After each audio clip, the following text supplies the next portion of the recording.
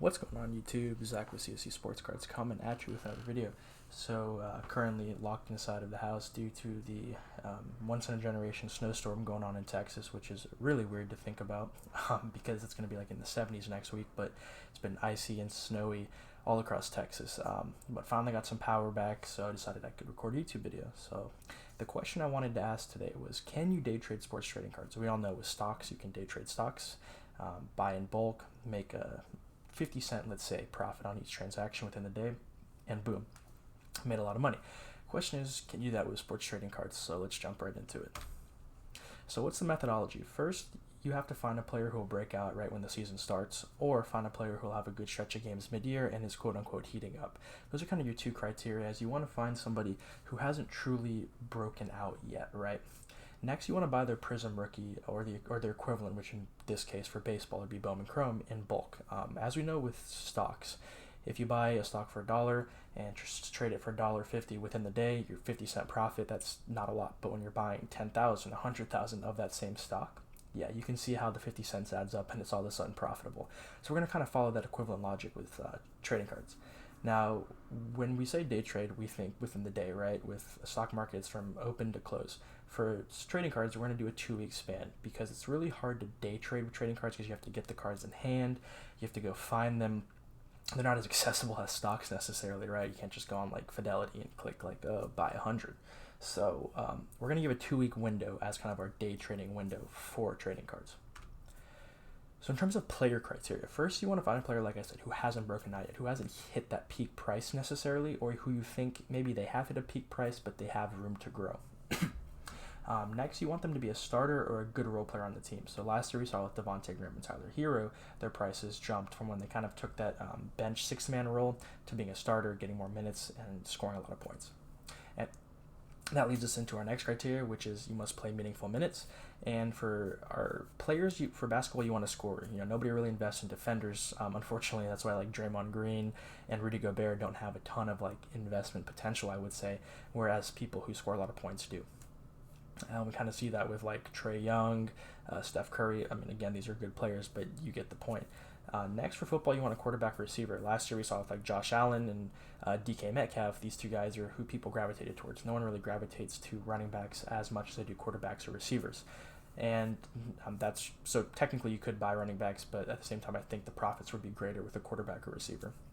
And so for baseball, you want someone who's a home run hitter or a good hitter, just somebody who gets a lot of hits, has a good average, hits a lot of home runs. As pitchers are kind of wishy-washy, and nobody really invests in like defenders or good base runners, like I said previously. So for our examples, we're going to use Jaylen Brown, Josh Allen, and Kyle Lewis, one for each sport.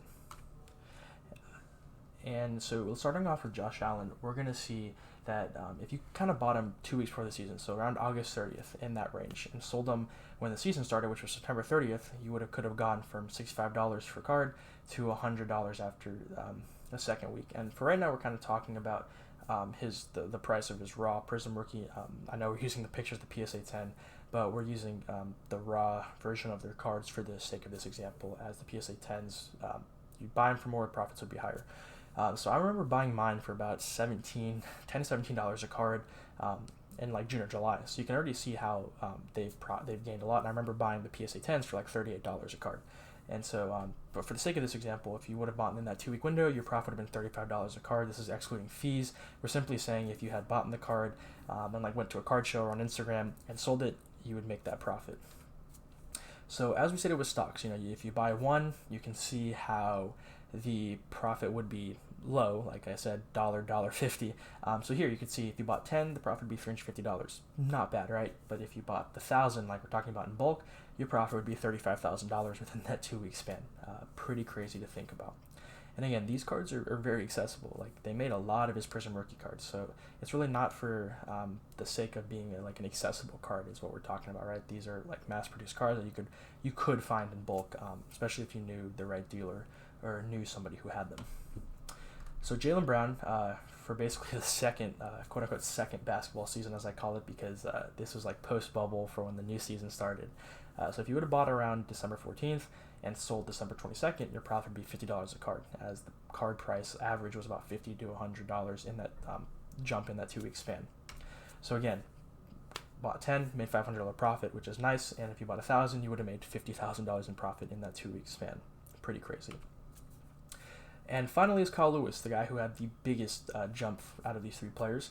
I remember buying like 3 of his Bowman Chrome 9.510s, like the ones you see on the screen, like in 2017 when he was like a top prospect in the organization for $75 a card, and then he kind of like really tailed off and like was just like a really good hitter in the minors.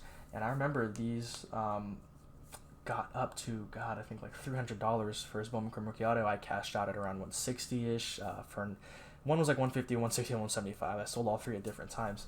But it's crazy to see how like I had these cards for 4 years and like no one wanted them, and then all of a sudden he hits like 5 or 6 home runs in the first couple games, and all of a sudden, boom, they were selling like hotcakes, right? And so if you would have bought within that 2 week window, the price would have been from 45 to 125. And again, if you would have waited longer, all these cards increased in price even more. But we're just talking about that pure 2 week window because that's what we're considering day trading. So the profit would have been $80 a card. If you bought in 10, you would have made 800. You would have bought in 1,000, you would have made $80,000 in that 2 week window. Some could even argue that this is more profitable than day trading stocks, right? Like I said, if you're relying on that 50-cent profit per transaction, you're having to buy a ton to make this money. But here with trading cards, you can see if you bought just 1,000, which like I know says just 1,000, but you would have made $80,000 in profit, which is absolutely crazy. And so, again, this is not like stock advice or like recommendations. These are just like people who I think have potential for this breakout jump. So if you buy them prior to the season, I believe they could have that initial season bump due to their outstanding play. And I think Alex Kirilloff is one. We kind of saw that initially when he first came into the league before his injury. They kind of jumped from like 60 to 120 for his raw Bowman Chrome Rookie Auto, which I have 1 copy of.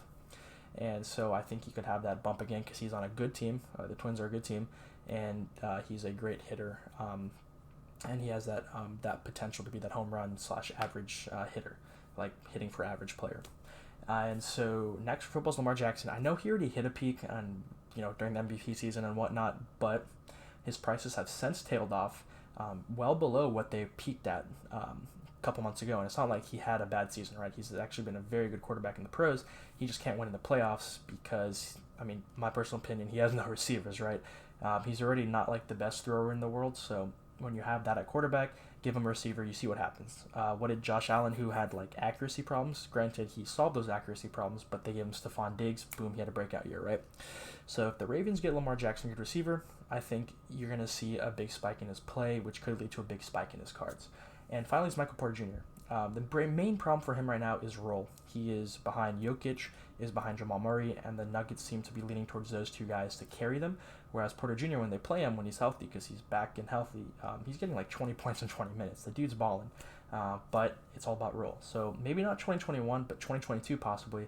Whenever he gets that significant role, whether it's on the Nuggets or he's traded to a team where he is the focal point, you could see that significant bump in his cards from that increased play. So I want to say thank you guys so much for watching this video. As always, go follow us on social media, comment down below. Just let me know your thoughts on the video. What do you think about day trading sports cards? Have you done it? Do you think it's profitable? What are some players you would recommend to other people? And our website's going to be launching soon, so stay tuned for that. I'll make a whole video when we launch and go live, and I'll make a bunch of videos following that up, so that'll be really exciting. And yeah, just until next time, guys, thank you so much for watching.